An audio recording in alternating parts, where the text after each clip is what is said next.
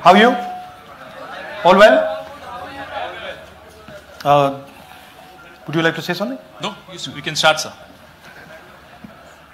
So, first of all, this is not the H-bomb.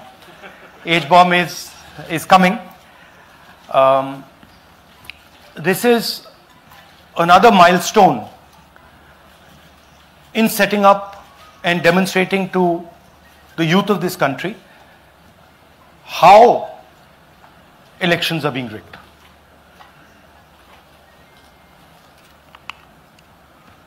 So I'm going to make a claim here, very strong claim, about CEC Gyanesh Kumar. And this is not something I'm saying lightly. I'm the leader of the opposition in the Lok Sabha. This is something I'm saying after solid proof that I'm going to show you, the youth of India, the people of India today. Proof that is black and white, absolutely clear, that the Chief Election Commissioner of India is protecting the people who have destroyed Indian democracy. I'm also going to show you the method by which votes are being added and deleted, and I'm going to show you how they are done, how that is done. In election after election, someone, some force, some group of people has been systematically targeting millions of voters for deletion across India. This is something that we've heard again and again and again. Different communities, mainly communities that are voting for the opposition, Dalits, Adivasis, minorities, OBCs, are specifically targeted. We had heard this many times, and now we found 100% proof of it. Please understand, I am not going to say anything on this stage that is not backed up by 100% proof. I am somebody who loves my country. I love my constitution. I love the democratic process, and I am protecting that process. And so I'm not going to say anything here that is not going to be based on 100% proof that you can determine. The burden of the judgment is yours. I am going to lay the proof in front of you. You will see it and say, actually, this is pretty solid proof. Aland is constituency in Karnataka. 6,018 votes. Somebody tried to delete 6,018 votes. We don't know the total number of votes that were deleted in Aland in the 23 election. They are much higher than 6,018. But somebody got caught deleting 6,018 votes.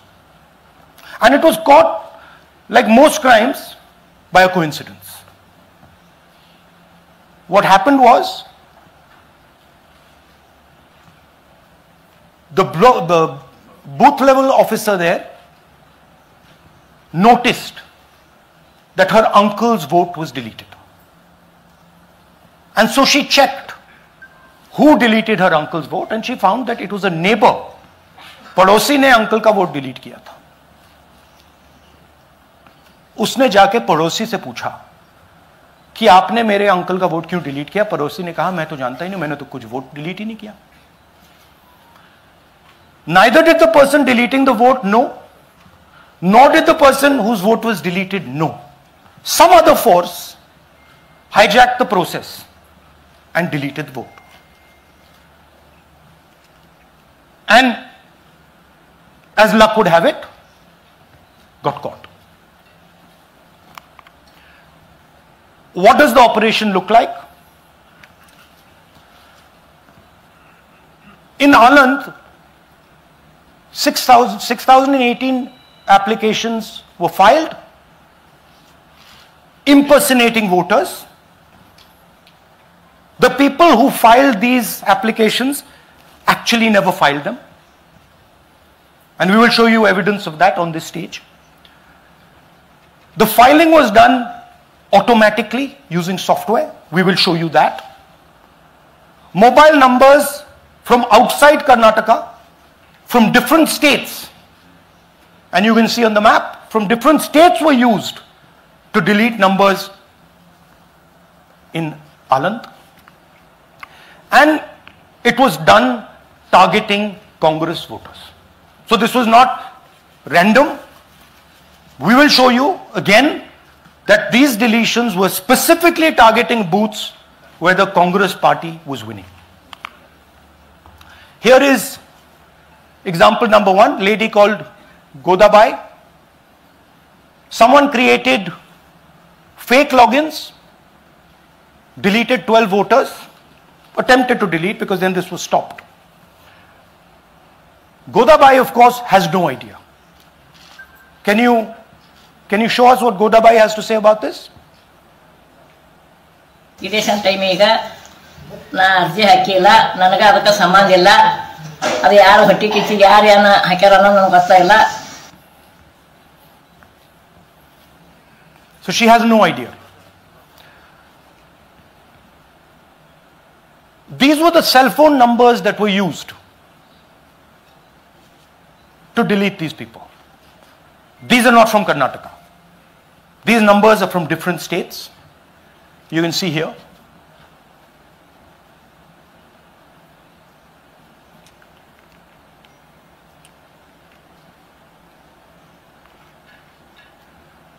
So the question is, whose numbers are these? How were they operated? Where were they operated from? Who generated the OTPs to disturb the process? Now these are questions that arise out of this. Here's example 2, Suryakant. This gentleman apparently deleted 12 voters in 14 minutes. He filled 12 deletion forms in 14 minutes. I'd like you to meet him. He's here. That's one of the people. That's one. Namaskar bhi aiye.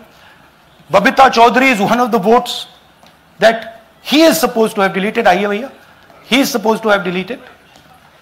This is the gentleman. ये इनका vote delete किया जा रहा था. ये कर रहे थे. इनसे आप पूछिए. बताइए. That's our candidate. हाँ. कन्नड़ा में बोलिए. ನನ್ನ ಹೆಸರು ಸೂರ್ಯಕಾಂತ್ ಗೋವಿನ. ನಾನು ಸರ್ಸಂಬ ಗ್ರಾಮದಲ್ಲಿ ಇದ್ದೆ. ನನಗೆ ನಾಲೆಜ್ ಕೇಳದೆ ನನ್ನ ಹೆಸರು ಮೇಲೆ 9 ಜನರ ಲಿಸ್ಟನ್ನು ಡಿಲೀಟ್ ಮಾಡಿದ್ದಾರೆ. ಅದು ಯಾಕಂತ ಇವರು ನನಗೆ ಬಂದು ಕೇಳಿದರು, ನಮ್ಮ ಹೆಸರು ನೀವು ಯಾಕೆ ಡಿಲೀಟ್ ಮಾಡಿದ್ರಿ ಅಂತ. ಅದಕ್ಕೆ ನಾನು ನಮ್ಮ ಸಾಹೇಬ್ರಿಗೆ ಹೇಳಿದೆ, ನಾನು ಡಿಲೀಟ್ ಯಾರಿಗೂ ಮಾಡಿಲ್ಲ, ಅಪ್ಲಿಕೇಶನ್ ಕೊಟ್ಟಿಲ್ಲ, ಆದರೂ ಡಿಲೀಟ್ ಆಗಿದೆ, ಅದು ನೋಡ್ರಿ ಅಂತ. ಹಾಗಾಗಿ ತಹಶೀಲ್ದಾರ್ಗೆ ಹೋಗಿ ಕಂಪ್ಲೇಂಟ್ ಕೊಟ್ವಿ. ಮತ್ತು ಕಮಿಷನರ್ ಇದು ನಮ್ಮ ಜಿಲ್ಲಾ ಎಲೆಕ್ಷನ್ ಒಂದು ಇದಕ್ಕೆ ಕಂಪ್ಲೇಂಟ್ ಕೊಟ್ವಿ. ನನ್ನ ಹೆಸರು ಮೇಲೆ 12 ಜನರದು डिलीट ಮಾಡಿದ್ದು ನಿಜ ಇರ್ತದೆ. थोड़ा ट्रांसलेट कर लीजिए. मेरे नाम पे 12 लोगों का नाम डिलीट किया गया है. हालांकि मुझे मालूम नहीं, मैं कभी किसी को मैसेज भेजा भी नहीं, मैं बुलाया भी नहीं. ये बबीता आके पूछने से पता चला कि मैंने मेरे फ़ोन से ऐसा मैसेज दिया, लेकिन असल में मैंने किसी को भी मैसेज नहीं किया. आप कुछ कहेंगे? नहीं, ठीक है. Thank you. Thank you. Third example, Nagaraj. 2 applications filed and submitted in 36 seconds. Please try and fill these forms and see how long it takes you. Try and fill. And I ask the youth of India, try it. Try and fill the form, 2 forms in 36 seconds? You'll see the answer to this question. Notice also what time this gentleman fills the form. For some reason he gets up at 4:07 in the morning and suddenly fills 2 forms in 38 seconds.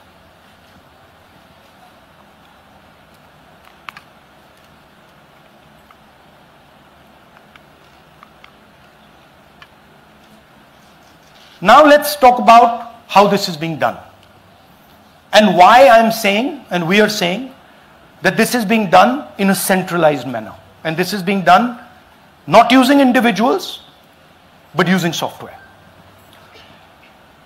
Look at the serial numbers. Serial number 1, serial number 1, serial number 1, serial number 1. Serial number 1 means that this is the first person whose name, this is the first name in the booth. So a software is picking up the first name in the booth and using it to delete voters. So someone ran an automated program that ensured the first voter of the booth was the applicant. That same person got cell phones from outside the state, used them to file the applications. And we are pretty certain that this was done in a centralized manner and it was done at scale. This was not done in a, at a worker level. This was done at a call center level. Okay? Targeted deletions in strong Congress booths. The top 10 booths with maximum deletions are Congress strongholds. Congress won 8 other 10 booths in 2018. This was not a coincidence. This is a planned operation. Now, let's come to why I'm making such a direct accusation about this gentleman, Gyanesh Kumar. There is an ongoing investigation on this matter in Karnataka. The CID of Karnataka has sent 18 letters in 18 months. 18 letters in 18 months to the Election Commission.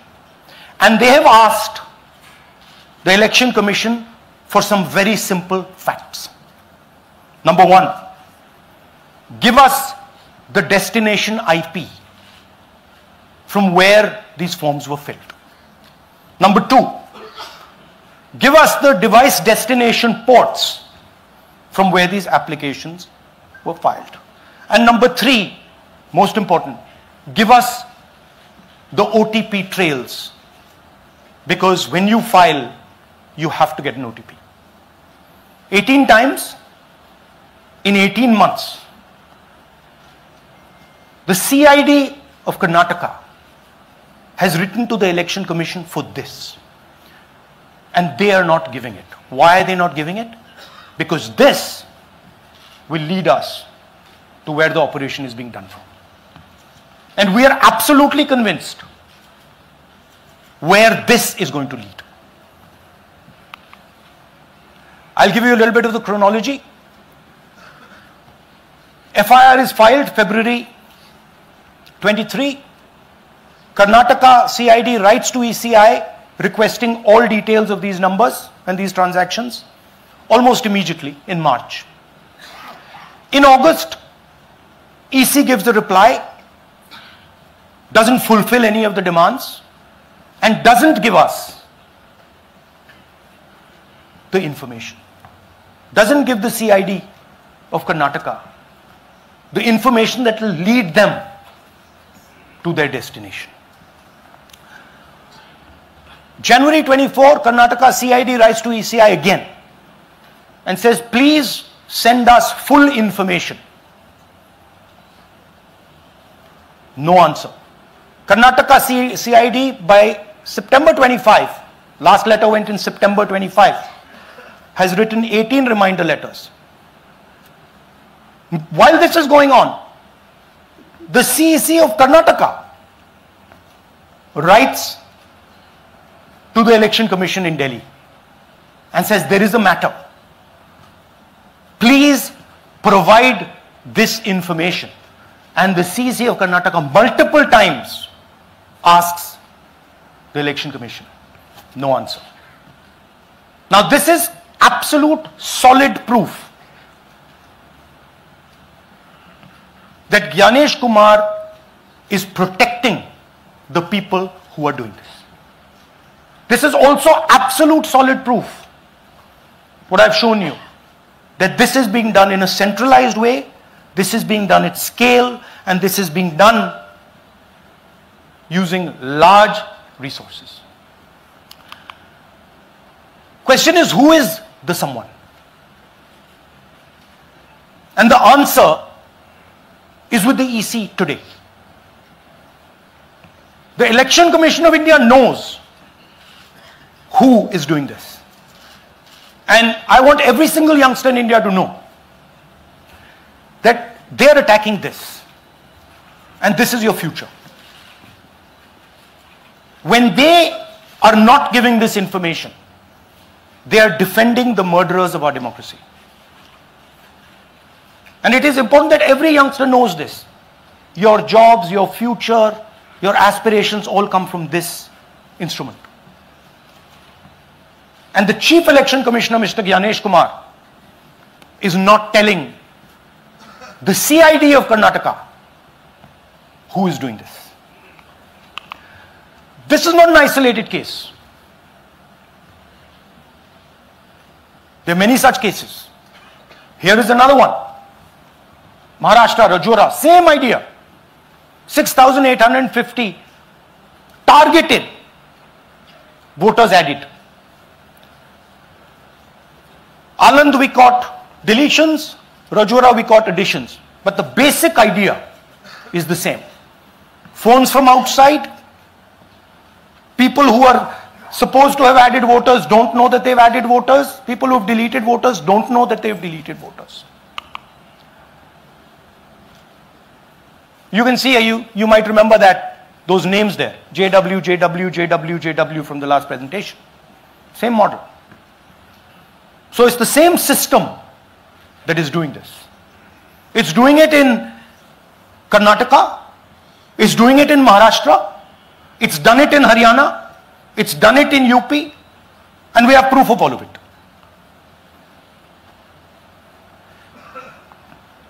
Names are being filled. Addresses, the address is Sasti, Sasti, Sasti, Sasti. Name is UQ, JJW.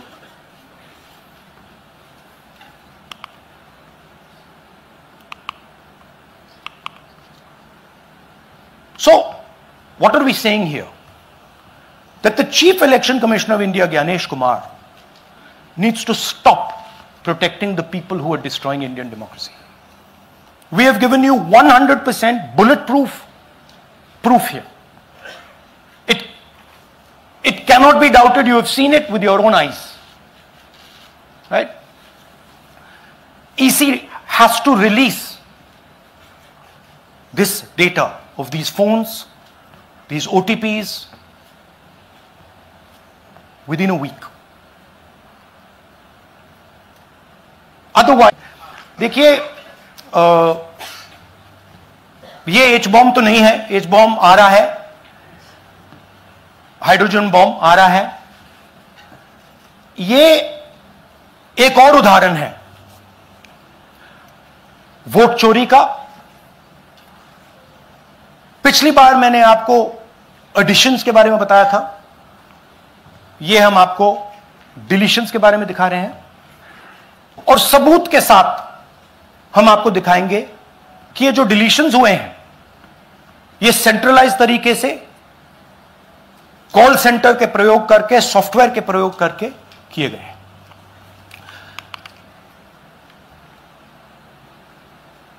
हमारे पास इस presentation में जो मैंने आपको अभी दिखाया 100% सबूत है, प्रूफ है कि ज्ञानेश कुमार जी हिंदुस्तान के चीफ इलेक्शन कमिश्नर वोट चोरों की रक्षा कर रहे हैं.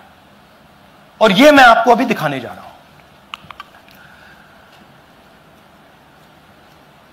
हर इलेक्शन में हमें रिपोर्ट आती थी कि वोटर्स डिलीट हो रहे हैं, कांग्रेस वोटर्स डिलीट हो रहे हैं, ऑपोजिशन के वोटर्स डिलीट हो रहे हैं, दलित वोटर्स डिलीट हो रहे हैं, आदिवासी हो रहे हैं, माइनॉरिटी वोटर्स डिलीट हो रहे हैं, ओबीसी वोटर्स डिलीट हो रहे हैं। मगर जब डिलीट होते हैं ऑपोजिशन के ही होते हैं। कर्नाटक में आलंद कंस्टिट्यूएंसी है, यहां पे चोरी पकड़ ली, कोइंसिडेंस से पकड़ी। वहां की जो बीएलओ थी उसने देखा कि उसके रिश्तेदार को डिलीट कर दिया गया था। जैसे चोरी पकड़ी जाती है, कोई छोटी सी गलती हो जाती है, हाथ आ जाती है। अलंद में 6018 वोटर्स डिलीट हुए, उसमें से इनकी रिश्तेदार थे। उन्होंने पता लगाया कि मेरे रिश्तेदार को डिलीट किसने किया।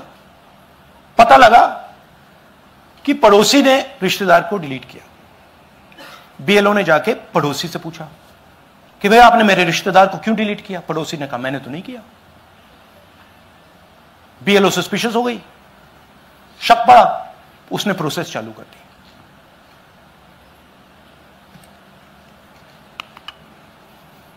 पता क्या लगा कि कोई ना कोई, किसी ने अलंद में वोटर डिलीशन सिस्टमैटिकली ऑर्गेनाइज तरीके से, सेंट्रलाइज तरीके से किया।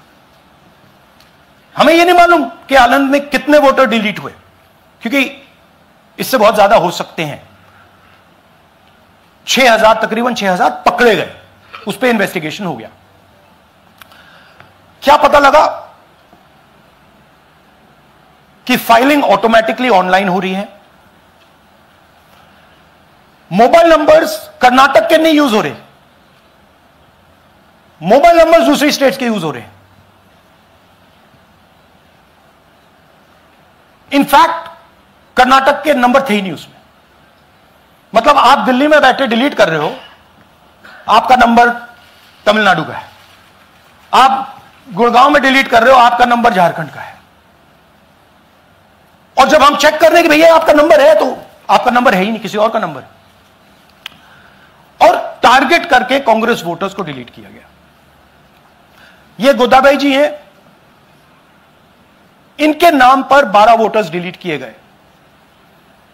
इनको मालूम ही नहीं, इनको पता ही नहीं कि इन्होंने 12 वोटर्स डिलीट किए। दिखाइए जरा। ಇಲೆಕ್ಷನ್ ಟೈಮ್ ಈಗ ये इनका वीडियो है। ನಾ ಅರ್ಜಿ ಹಾಕಿಲ್ಲ, ನನಗೆ ಅದಕ್ಕೆ ಸಂಬಂಧ ಇಲ್ಲ। ಅದು ಯಾರು ಹೊಟ್ಟಿ ಕಿಚ್ಚಿಗೆ ಯಾರು ಏನ ಹಾಕ್ಯಾರ ಅನ್ನೋದು ನನಗೆ ಗೊತ್ತಾಗಿಲ್ಲ। तो इनको आइडिया नहीं है कि इन्होंने वोटर्स डिलीट कर दिए।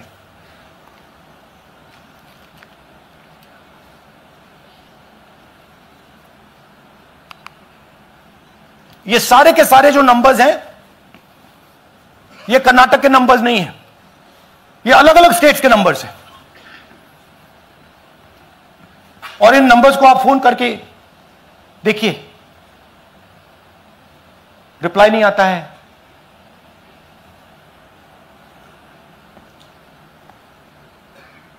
तो सवाल यह है कि किसके नंबर्स हैं, ये किसने ऑपरेट किए, जब इन्होंने ऑपरेट किए ये कहां थे, आईपी एड्रेस क्या था, ओटीपी कैसे जनरेट हुआ, कहां गया, यह सवाल है। यह दूसरा उदाहरण, सूर्यकांत जी जो अभी स्टेज पे आए थे, इन्होंने 12 वोटर्स को 14 मिनट में डिलीट कर दिया। आप फॉर्म भरने की कोशिश कीजिए, डिलीशन फॉर्म भरने की कोशिश कीजिए, देखिए। और जब हमने इनसे पूछा कि भैया आपने ये कैसे किया, वो कहते हैं मैंने तो नहीं किया, मैं तो जानता ही नहीं हूं।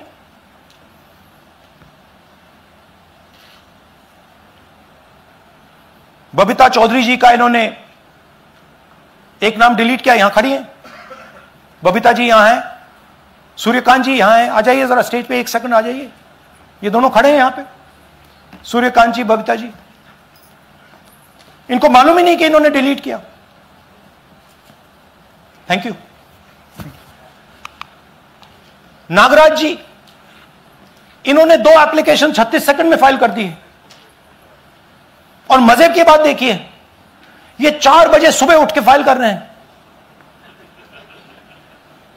पता नहीं क्या हुआ, 4 बजे सुबह कहा कि भैया मैं 2 वोटर को डिलीट करूंगा, और कितने 36 सेकंड में डिलीट कर दिए, फिर सो गए।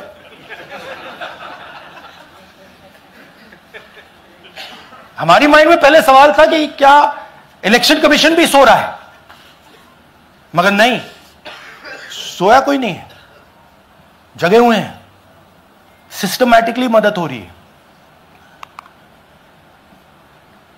यह देखिए दूसरी बात, जो भी डिलीट कर रहा है वोटर लिस्ट में उसका सीरियल नंबर 1 है। मतलब जो भी वोटर लिस्ट में पहले नंबर पे आता है वही डिलीट कर रहा है। 5वें नंबर वाला, 7वें नंबर वाला, 10वें वाला कोई नहीं कर रहा। तो हो क्या रहा है, सॉफ्टवेयर से यह काम किया जा रहा है। सॉफ्टवेयर प्रोग्राम कह रहा है पहला नाम निकालो और इसका प्रयोग करके डिलीट करो। टारगेटेड डिलीशंस हो रहे हैं। कांग्रेस पार्टी पर आनंद में अटैक किया। टॉप 10 बूथ्स जहां सबसे ज्यादा कांग्रेस की स्ट्रेंथ थी वहां टारगेट किया। और 2018 में पिछले इलेक्शन में 10 में से 8 बूथ कांग्रेस पार्टी जीती थी, और इन 8 में से इन्होंने 6000 लोग उड़ाने की कोशिश की। ये कोइंसिडेंस नहीं था, ये प्लान था, और ये सेंट्रलाइज तरीके से किया जा रहा है। अब मैंने बहुत बड़ी बात बोली, चीफ इलेक्शन कमीशन के बारे में मैंने बोला कि यह व्यक्ति वोट चोरों की रक्षा कर रहा है। जो भी मैं यहां बोल रहा हूं 100% प्रूफ के साथ, सबूत के साथ बोल रहा हूं। और मैं अभी आपको दिखाना चाहता हूं कि मैं ये शब्द क्यों बोल रहा हूं और किस बेसिस पे बोल रहा हूं। आपको अपनी आंखों से ये दिखेगा। कर्नाटका सीआईडी ने केस चालू किया कि वोटर कौन है, ये फोन किसके हैं, ये आईपी एड्रेस क्या है, ओटीपी कहां गया, इन चीजों के बारे में इन्वेस्टिगेशन शुरू होती है। कर्नाटक सीआईडी ने हिंदुस्तान के इलेक्शन कमीशन को 18 चिट्ठियां लिखी हैं। हमें आप ये इंफॉर्मेशन दीजिए, बिल्कुल क्लियर है। डेस्टिनेशन आईपी दीजिए, डिवाइस डेस्टिनेशन पोर्ट दीजिए, ओटीपी ट्रेल्स दीजिए, फोन नंबर्स दीजिए, फोन नंबर्स के मालिकों के नाम दीजिए। क्लियरली पूछा है, नो आंसर। 18 चिट्ठी CID Karnataka, no answer from chief election commissioner, no answer from election commission. Timeline देखिए,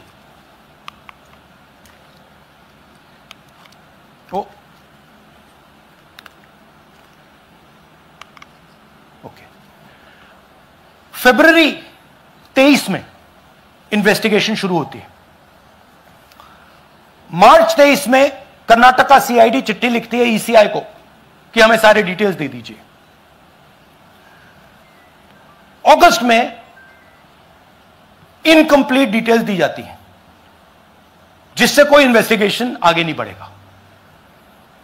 जिन चीजों की जरूरत थी वो नहीं दी, जिसकी जरूरत नहीं थी वो सारी दे दी। पहला सबूत। दूसरा सबूत, 18 बार रिमाइंडर लेटर गए हैं। आपको अगर सीआईडी एक बार लेटर भेज दे और आप नहीं गए, आप जानते हो क्या होगा। यहां पे इलेक्शन कमीशन को 18 बार लेटर गए हैं, कुछ नहीं हुआ है। बाद में क्या होता है, कर्नाटक ईसी इलेक्शन कमीशन को लिखता है, कहता है भैया हमें दे दीजिए, आपको इंफॉर्मेशन देना पड़ेगा। No reply. मार्च 25 में, आखिरी लेटर सितंबर में गया है, कुछ ही दिन पहले। No reply from EC. यह है सबूत कि ज्ञानेश कुमार जी वोट चोरों की रक्षा कर रहे हैं, और यह ब्लैक एंड व्हाइट सबूत है, इसमें कोई कंफ्यूजन नहीं है कहीं।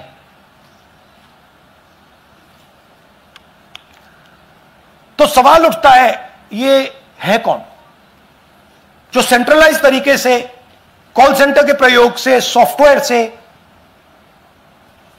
अलग अलग प्रदेशों में वोट डिलीट कर रहे हैं, ऐड कर रहे हैं? इलेक्शन कमीशन जानता है, ज्ञानेश कुमार जी जानते हैं। अच्छा, ये सिर्फ आनंद में नहीं हुआ, ये अलग अलग कंस्टिट्यूएंसीज में हुआ है। आनंद में लीगल प्रोसेस चालू हो गई, पकड़ लिया। यहां महाराष्ट्र में उसी मोडस ऑपरेंडी से, उसी सिस्टम से यहां पे वोट ऐड हुए हैं। आनंद में डिलीट, रजौरा में एडिशन, 6850। आपको याद होगा पिछले प्रेजेंटेशन में मैंने आपको नाम दिखाए थे, ये देखिए वही नाम यहां है। वही सिस्टम महाराष्ट्र में चल रहा है जो कर्नाटक में चल रहा था। नाम वैसे ही है, जेडब्ल्यू जेडब्ल्यू जेडब्ल्यू, पता वैसा है, जेडब्ल्यू जेडब्ल्यू, नाम यू ऐसे किसी ने टाइप करके लगा दिया। तो जो ये काम कर रहा है, ये उत्तर प्रदेश में, हरियाणा में, बिहार में, कर्नाटक में, महाराष्ट्र में वही कर रहा है।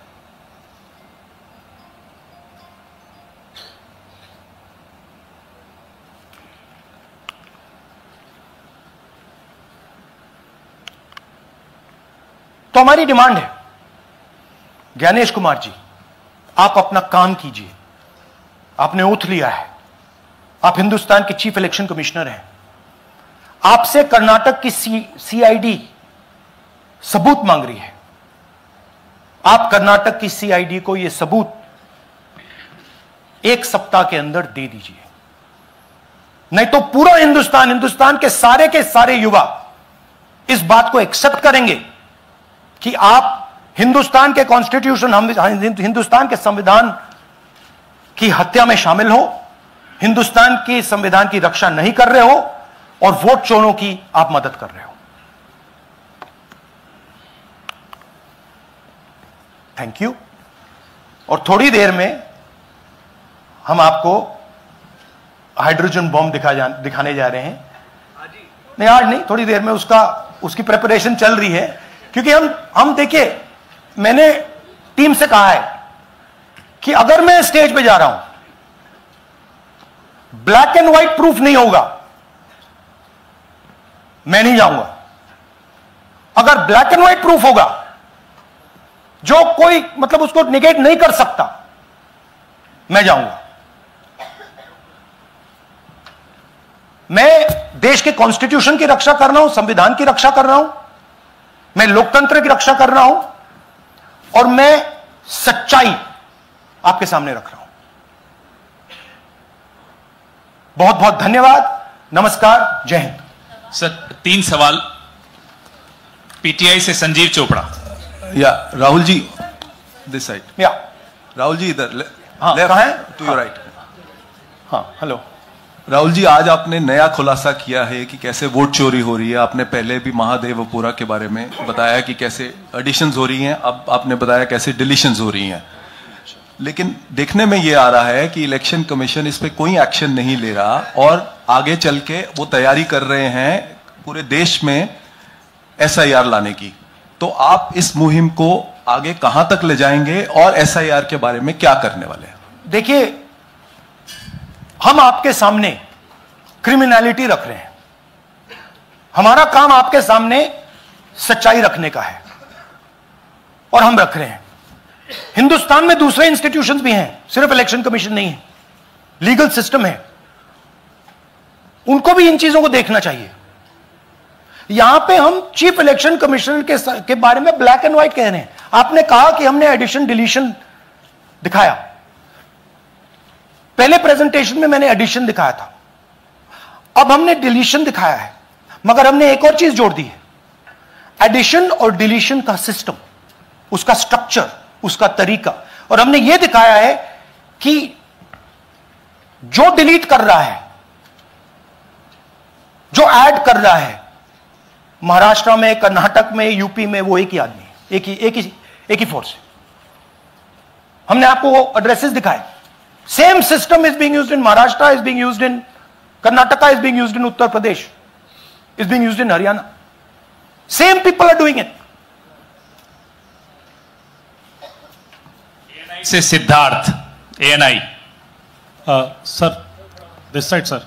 हाँ sir, on your left sir. हाँ, on your left, this side sir, on your left. Sir, मेरा आपसे सवाल ये है कि जब आप कह रहे हैं कि ज्ञानेश कुमार जो चीफ इलेक्शन कमिश्नर है, उन्हें पता है ये कौन कर रहा है, हाँ। और ये पॉलिटिकल फायदा जरूर किसी को हो रहा है, आप कह रहे हैं कांग्रेस के बूथ के ऊपर ही हाँ। सारे वोट्स डिलीट किए जा रहे हैं, तो वो कौन लोग आपके हिसाब से हैं जिनको ये फायदा पहुंच रहा है, पहला। और दूसरा ये कि वो आपने एक हफ्ते का हाँ, समय दिया है, जब आपने एक हफ्ते का समय दिया है, तो क्या एक हफ्ते बाद आप इसको आगे कैसे इनिशिएट करेंगे? क्या आप लोग कोर्ट का रास्ता अपनाएंगे या और कोई हायर एजेंसी से इस बात की डिमांड करेंगे? क्योंकि ये ऑर्गेनाइज्ड तरीके से क्राइम दिखाई दे रहा है जो आप बता रहे हैं, अगर आपकी बात के ऊपर जाएं। देखिए, फ्रैंकली ये जो मैं यहां कर रहा हूं, ये मेरा काम नहीं है। मेरा काम डेमोक्रेटिक सिस्टम में पार्टिसिपेट करने का है। मेरा काम डेमोक्रेटिक सिस्टम की रक्षा करने का नहीं है। वो काम हिंदुस्तान के इंस्टीट्यूशंस का है। वो काम वो नहीं कर रहे हैं, इसलिए मैं कर रहा हूं।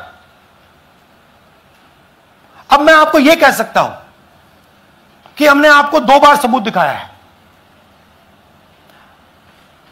और जब हम ये प्रेजेंटेशंस खत्म करेंगे, इसमें लगेंगे 2-3 महीने, जब हम ये खत्म करेंगे, आपके माइंड में कोई डाउट नहीं होगा कि हिंदुस्तान में state after state, Lok Sabha after Lok Sabha चोरी हो रही है। तो मेरा काम सच्चाई दिखाने का है। मैं हिंदुस्तान की जनता को, हिंदुस्तान के युवाओं को सच्चाई दिखा सकता हूं। यह मेरा काम है।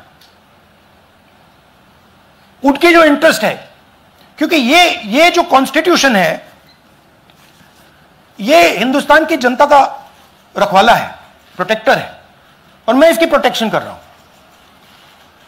इसकी प्रोटेक्शन करने का काम हिंदुस्तान के इंस्टीट्यूशंस का है, हिंदुस्तान के ऑपोजिशन लीडर का नहीं है, मगर इंस्टीट्यूशंस नहीं करने हैं।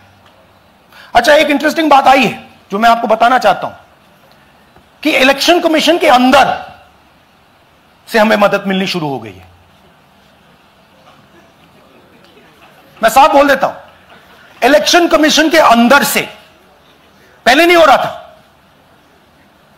अब इलेक्शन कमीशन के अंदर से इंफॉर्मेशन आ रही है। यह रुकेगा नहीं,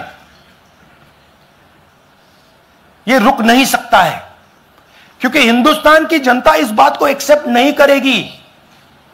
एक बार हिंदुस्तान की जनता को, हिंदुस्तान के युवाओं को पता लग गया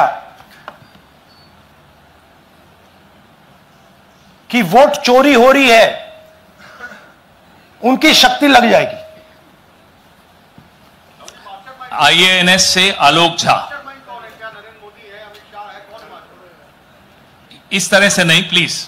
IANS से आलोक झा। वो भी मैं आपको दिखा दूंगा, वो भी मैं आपको प्रूफ के साथ दिखा दूंगा, है हमारे पास। राहुल जी, हाइड्रोजन बॉम्ब में ब्लैक एंड व्हाइट है। मैं फाउंडेशन लगा रहा हूं, मैं फाउंडेशन क्रिएट कर रहा हूं, है हमारे पास। मैं स्टेज पे बिना प्रूफ के नहीं चढ़ूंगा, बता रहा हूं। राहुल जी, आपने कहा ऐसे मत पूछिए please. Last question, Rahul ji. IANS से आलोक झा। राहुल जी, इधर आपने कहा आपके पास आलोक झा, इधर सर। कहां हैं जी? हाँ, आपने कहा सर कि आपके पास पुख्ता सबूत है, ब्लैक एंड व्हाइट सबूत है, तो क्या अगर ECI अभी जवाब नहीं देती है तो कोर्ट का रुख करेंगे? ये ऑप्शन है आपके पास, जाएंगे? देखिए, मैंने कहा कि मेरा काम as opposition leader normal situation में मेरा काम ऑपोजिशन का रोल है, सरकार पे प्रेशर डालने का रोल है। मेरा काम हिंदुस्तान के लोकतंत्र को बचाने का नहीं है। मैं वो काम कर रहा हूं, इस स्टेज पे मैं वो काम कर रहा हूं। तो मेरी सोच है कि as a patriotic Indian, as somebody who loves India, who loves the constitution, it is my duty to put the truth in front of the people of India. अब अगर हिंदुस्तान के इंस्टीट्यूशंस कुछ करना चाहते हैं, वो करेंगे। उनमें भी बहुत लोग हैं, जैसे मैंने आपसे कहा, मैं सरप्राइज हो रहा हूं, इलेक्शन कमीशन से लोग आ रहे हैं, इंफॉर्मेशन दे रहे हैं और बढ़ रहा है वो। सर, क्या जब तक सीईसी ज्ञानेश कुमार अपने पद पर है, जैसा कि आप कह रहे हैं कि वो इलेक्शन होने नहीं दे रहे, तो तब तक इलेक्शन का मतलब क्या रह जाएगा? हाँ, तो आप इमेजिन कीजिए, और ये शॉकिंग बात ये है बस कि ये अभी शुरू नहीं हुआ, ये 10-15 साल से चल रहा है। ये सिस्टम है, ये स्ट्रक्चर है। हिंदुस्तान की जो डेमोक्रेसी है वो हाईजैक हो गई है। I am shocked frankly. Democracy, brothers and sisters, democracy can only be saved by the people of India. Nobody else can save democracy. Rahul Gandhi can come here and say something and say this is the truth. But the people of India, who I believe in, who I love, can do it. The day the people of India realize that आपका जो लोकतंत्र है, आपका जो संविधान है, वो आपसे चोरी हो गया है, उस दिन काम हो जाएगा। Thank you. अब आप लोग अपने स्थान पर खड़े हो जाइए राष्ट्रगान के लिए। ये है इनकी डिटेल लिस्ट, देख लीजिए। राष्ट्रगान के लिए अपने स्थान पर खड़े हो जाइए।